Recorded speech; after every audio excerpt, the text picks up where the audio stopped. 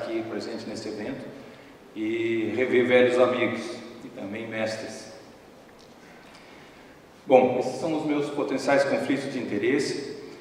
Por muitos anos a gente só teve disponível a varfarina ou os antivitamina K como anticoagulantes para tratar os nossos pacientes com fibrilação atrial para prevenção de eventos tromboembólicos. Então, a gente tinha nesse degrau uma droga que era extremamente difícil de controle, laboratorialmente também complicada para controlar e potencialmente cheia de interações. Com isso, a inovação marcada pelos NOACs acabou nos trazendo uma certa segurança a mais. Esses medicamentos têm menos interações medicamentosas. Essas medicações, elas também não precisam fazer controle laboratorial. Isso nos trouxe um certo conforto. Mas a gente ainda tinha o medo potencial de sangramento. Então, a nova escalada nessa escada foi, então, os laboratórios providenciarem reversores específicos para esses agentes.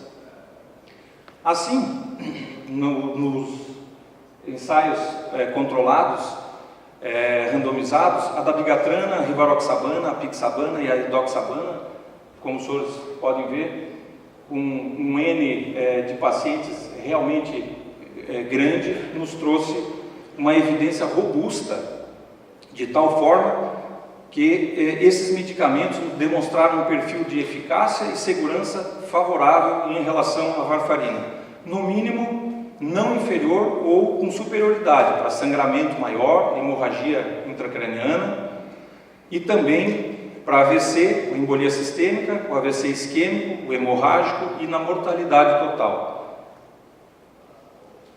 Tamanhas as evidências nos trouxeram que esses medicamentos passaram a fazer rapidamente parte, com evidência 1A, nas diretrizes principais, o ESC, a nossa diretriz, inclusive. Dessa forma, se esses estudos mostraram para a gente um perfil de segurança e eficácia, por que estudos de fase 4? Bom, os estudos de fase 4 são obrigatórios. O FDA, que é o órgão regulador americano, ele exige que as drogas façam estudos prospectivos a partir disso, ou registros, ou coortes, para que a gente consiga definir se realmente essas drogas têm um potencial de segurança e possam responder a algumas dúvidas que a gente tem ainda sobre cenários que não foram utilizados dentro dos cenários dos trials randomizados.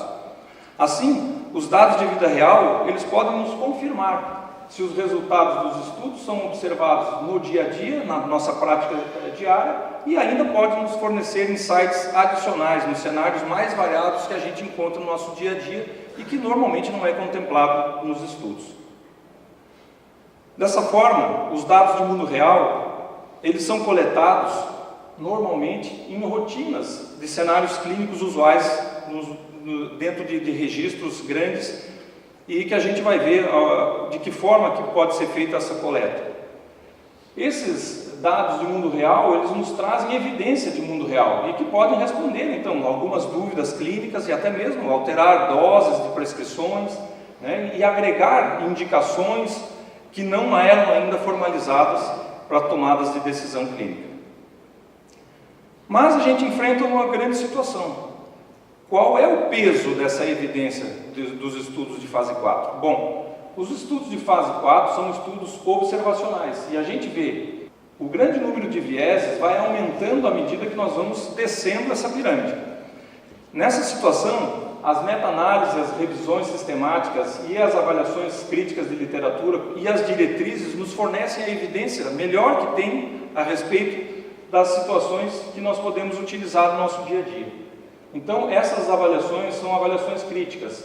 Os estudos experimentais, que são os estudos randomizados controlados e os não randomizados controlados, fazem parte de estudos experimentais, que é o que todos esses estudos, o RELY, o ROCKET, AF, Aristotle, eles fazem parte nessa situação. Já nos estudos observacionais, que é onde a gente se encontra nessa situação de estudos de fase 4, a gente tem esses estudos de coortes, de relatos de casos, de séries de casos e até mesmo opiniões de experts.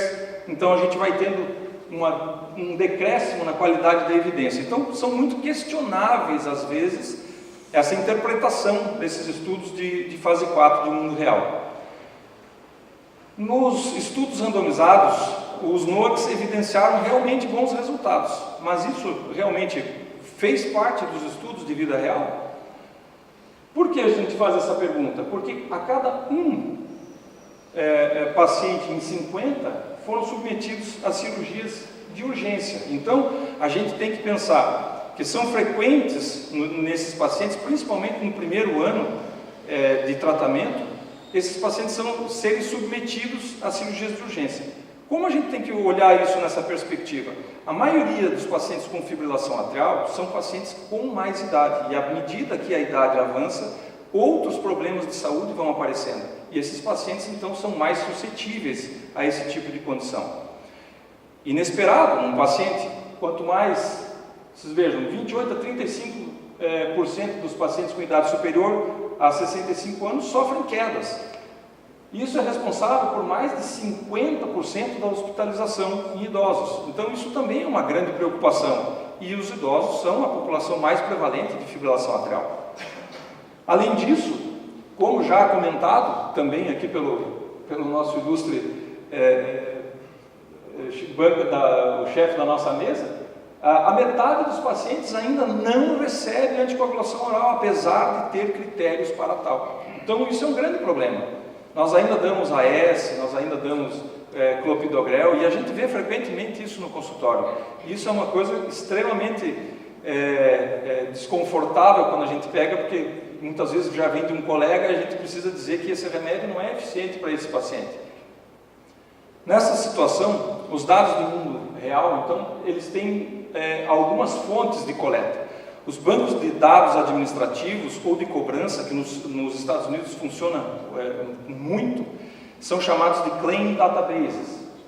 Além disso, nós temos os registros clínicos, que são chamados de medical records, e os registros eletrônicos de saúde. Nessa circunstância, esses dados são coletados e colocados, então, em alguns estudos para fazer uma avaliação. Vamos fazer destaque a alguns estudos que realmente são importantes, porque o tempo é curto, existem muitos estudos e a gente precisa realmente se deter à situação do tempo. Esse estudo de Dresden, que foi feito na Alemanha, é um registro prospectivo, onde foi feita uma avaliação para desfechos e a adesão do paciente. O Garfield, ele tentou mostrar as diferenças entre as diretrizes e a prática clínica na Polônia. O Paineco, para determinar a prevalência da receita médica para anticoagulação oral, que não segue as diretrizes em pacientes jovens e também de baixo risco. E o Santos, que é um estudo bem importante para pesquisar a eficácia e a segurança da rivaroxabana na utilização rotineira dos pacientes com contexto com FA. No Dresden, então, ficou visto que esse registro com mais de 2.700 pessoas, a eficácia e a segurança da rivaroxabana foi confirmada, com taxas consideravelmente menores dos que os usuários de antivitamina K, assim como a segurança e a eficácia da bigatrana, que também foram confirmadas, embora as taxas de descontinuação não foram inferiores. Mas ficou confirmado que os antivitamina K têm um percentual de risco de sangramento para hemorragia maior do que os dois outros estudados, rivaroxabana e dabigatrana. O Santos é um estudo onde vocês podem analisar, eu coloquei aqui um comparativo com o Rocket e com o Santos para vocês analisarem. Vocês analisem que a população do Santos, na verdade, ela era menos doente do que a população do Rocket. Então, isso traz algumas diferenciações.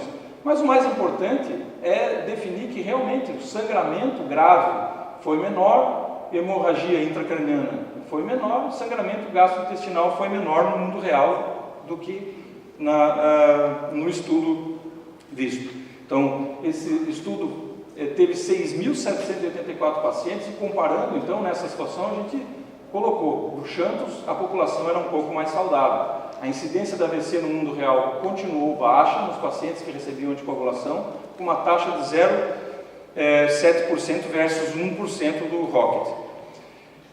Nessa circunstância, a aderência foi melhor, 80% dos pacientes mantiveram a terapia com rivaroxabana em relação aos antivitamina K, 75% dos pacientes relataram como estar satisfeitos ou muito satisfeitos com o tratamento, e o principal ponto forte do Xanthus foi o tamanho, que nós vimos ali de 6.700 pacientes. Foi um estudo prospectivo, com endpoint independente, adjudicado, e as limitações é que ele só tinha um braço único. Então, todas as limitações naquela pirâmide de evidência que a gente colocou, a gente tem essas limitações para analisar um estudo de fase 4. Recentes dados publicados pelos Claims Database, os principais, o Revisit US, o IAO e o Larsen, todos de 2016. Esses estudos foram conduzidos com participantes com fibrilação atrial não valvar, né, e foram entre 2012, 2014, 2015 e o Larsen 2011 a 2015. O que nos mostra esse estudo? No Revisit, no IAO e no Larsen, e aqui a comparação relacionada ao ROC.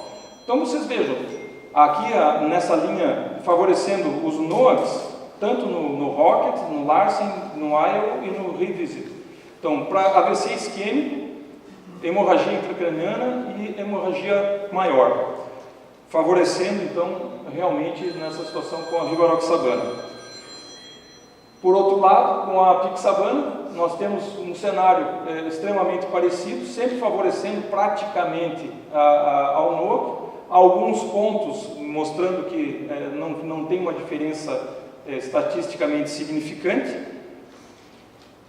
Com a dabigatrana, um cenário extremamente parecido, né, mostrando alguns favorecimentos e alguns pontos onde tocam a linha de não significância estatística. E então, o que esses dados nos informam? Os resultados dessas análises do mundo real mostram que foram muito semelhantes em termos de taxa de risco como que foram vistos nos respectivos estudos controlados randomizados. As comparações indiretas entre esses medicamentos, cabeça a cabeça, não pode ser feita através desse tipo de estudo ainda. Nenhum estudo ainda foi conduzido nessa ordem, e acredito que não será.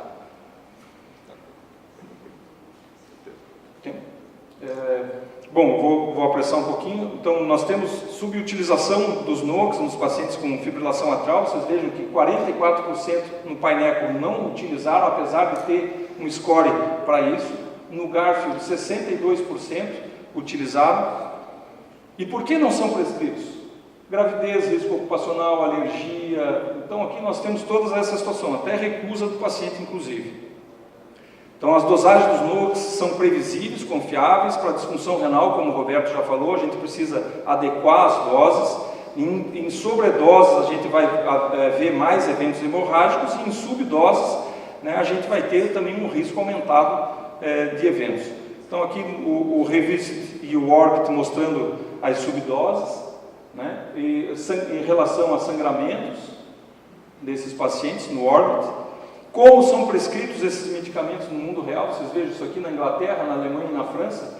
Vocês vejam 2,5, 5, 75, 110, 150, distribuído nessa ordem. Então, mostrando que realmente a gente tem uma dificuldade ainda, apesar dos medicamentos poderem ser potencialmente mais seguros e mais eficientes, a gente tem uma dificuldade. As conclusões. Os dados de vida real são informativos desde que sejam interpretados de forma correta. Embora metodologicamente diferente, as evidências do mundo real complementam ou aumentam os dados dos trials randomizados. Os resultados sugerem que a segurança no mundo real é geralmente consistente com os trabalhos que foram apresentados. Nessa visão, a anticoagulação ainda é subutilizada, como a gente viu, por uma série de fatores geradores de medo de sangramento.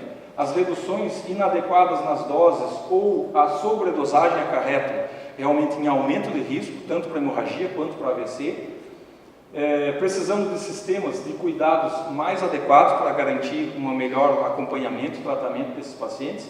E não há comparações ainda cabeça a cabeça, então não é possível usar dados do mundo real para desenhar comparações específicas utilizadas entre esses medicamentos em si.